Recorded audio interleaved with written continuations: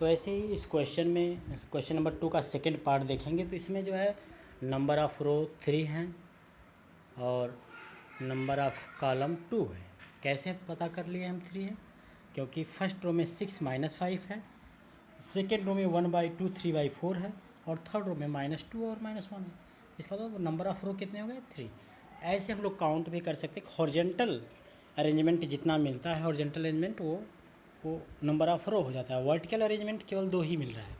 एक अरेंजमेंट जो है 6 1/2 और -2 का है, दूसरा अरेंजमेंट जो है -5 3/4 -1 का है। तो नंबर ऑफ़ कॉलम 2 हो गए। तो इस तरह से इस मैट्रिक्स का जो ऑर्डर है वो 3/2 का है। और ये सभी अरेंजमेंट जो है इस तरह समझा जाए तो ये रेक्टेंगुलर मैट्रिक्स है। थर्ड पे आते हैं। थर्ड में देखिए केवल एक ही रो में पूरा अरेंजमेंट है, इसलिए इसका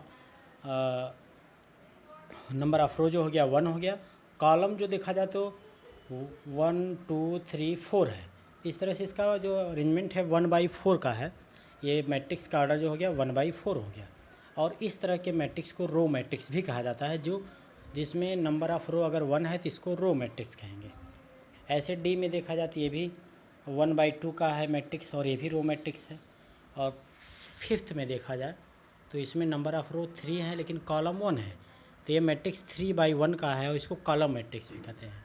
और 6 जो है देखा जाए तो ये 1/1 का है मैट्रिक्स। तो इस तरह से जो है ये मैट्रिक्स का ऑर्डर हो गया। क्वेश्चन नंबर 3 में if a matrix has 18 elements, what are the possible order it can have. Number of element जो है 18 और ऑर्डर क्या होगा इस मैट्रिक्स का, ये इसमें पता करना है। तो इसमें कई पॉसिबल ऑर्डर हो सकते हैं, जैसे 1/18 18/1 ऐसे भी हो सकता है, 2/9 9/2 3/6 6/3। तो इस तरह का इसका ऑर्डर हो सकता है मैट्रिक्स का, और इस तरह का अरेंजमेंट हो सकता है। Question number 4, find all possible order of matrix having 7 elements. तो इसमें 1/7 और 7/1 के अलावा और कोई होगा ही नहीं। Question number 5, construct 3/2 matrix whose element are given by aij equal to 2i - j। एक सीक्वेंस दे दिया गया है, इसमें हम नंबर ऑफ़ वैल्यू जान सकते हैं। अब जैसे कंस्ट्रक्ट 3/2 ऑर्डर का मैट्रिक्स, तो इसका मतलब कि इसमें जो अरेंजमेंट होगा वो किस तरह से होगा। मैक्सिमम नंबर ऑफ़ रो 3 हो सकते हैं और मैक्सिमम नंबर ऑफ़ कॉलम 2 हो सकते हैं। तो ऐसे A11 A12 बस, इसके बाद नहीं होगा क्योंकि मैक्सिमम 2 ही हो सकता है। ऐसे A21 A22 A31 A32। तो हमको अगर A11 एलिमेंट फाइंड करना है तो I की वैल्यू 1 और J की वैल्यू 1 रखना होगा। जैसे इसमें दिया है aij equal to 2i - j। तो A11 तो I की वैल्यू भी 1 J की वैल्यू भी 1 रखेंगे तो 2 × 1 - 1। तो इस तरह से हो जाएगा 2 - 1 और फिर रिजल्ट हो जाएगा 1। तो A11 की वैल्यू 1 हो गई। ऐसे ही A12 की वैल्यू जो कैसे निकालेंगे, A12 में I की वैल्यू 1 और J की वैल्यू 2, तो हिसाब से 0 आ जाएगा। तो A12 की वैल्यू 0 हो गया। लेकिन A13 नहीं निकालेंगे, क्यों?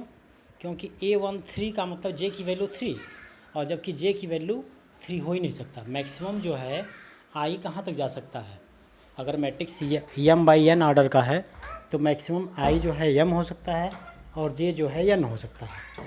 तो इस तरह से अगर यहाँ 3/2 ऑर्डर का मैट्रिक्स है तो मैक्सिमम जो है I की वैल्यू 3 हो सकती है और J की वैल्यू 2 हो सकती है। 1 से ये वेरी करना शुरू करेगा। तो ऐसे ही A21 निकालेंगे। A21 निकालेंगे तो I की वैल्यू 2 और J की वैल्यू 1 रखेंगे। तब A21 की वैल्यू क्या हो जाएगा, I की वैल्यू 2 रखेंगे तो 4 और -1 3 हो जाएगा A21 की वैल्यू। ऐसे A22 की वैल्यू हो जाएगा 2 और इसके बाद A23 निकालेंगे नहीं। तो अब A31 निकालेंगे। A31 की वैल्यू जो है 5 हो जाएगा, A32 की वैल्यू 4 हो जाएगा। अब पूरा अरेंजमेंट कर देंगे मैट्रिक्स बना करके ब्रैकेट स्क्वायर ब्रैकेट में, तो ये एक मैट्रिक्स हो गया। आप ऐसे देख भी सकते हैं, इसमें इस तरह का अरेंजमेंट किया गया है और ये 3/2 ऑर्डर का मैट्रिक्स हो गया। ऐसे ही आप क्वेश्चन नंबर 6 भी, तो क्वेश्चन नंबर 5 तक का आपको सॉल्यूशन बताएं और फिर इस तरह से और क्वेश्चन आप सॉल्व कर सकते हैं। फिर आगे मैं क्वेश्चन नंबर 6 से बताऊंगा वीडियो में।